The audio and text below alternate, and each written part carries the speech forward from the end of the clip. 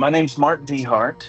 I started my diesel career close to 20 years ago. I went into the military as a 63 Bravo, which is a wheeled mechanic. We worked on anything with tires. If any of you know the military, you work on everything anyway. When I got out of the military, I went straight into the civilian world teaching. I found early on in my teaching at the college that students learned by doing hands-on.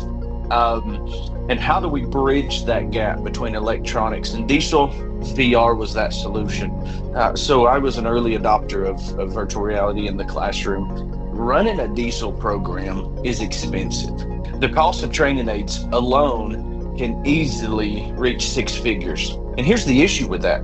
If I buy one truck and we are working on engines, I can't have 20 people on one truck.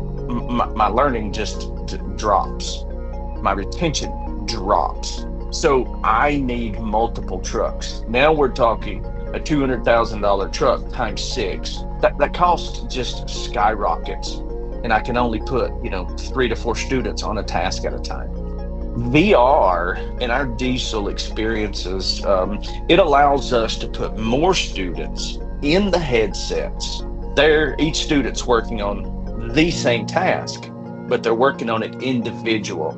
So that increases our retention rates, that increases our hands-on experience. And this VR opens up that bottleneck because it gets the students more familiar with the task at hand before they enter the shop.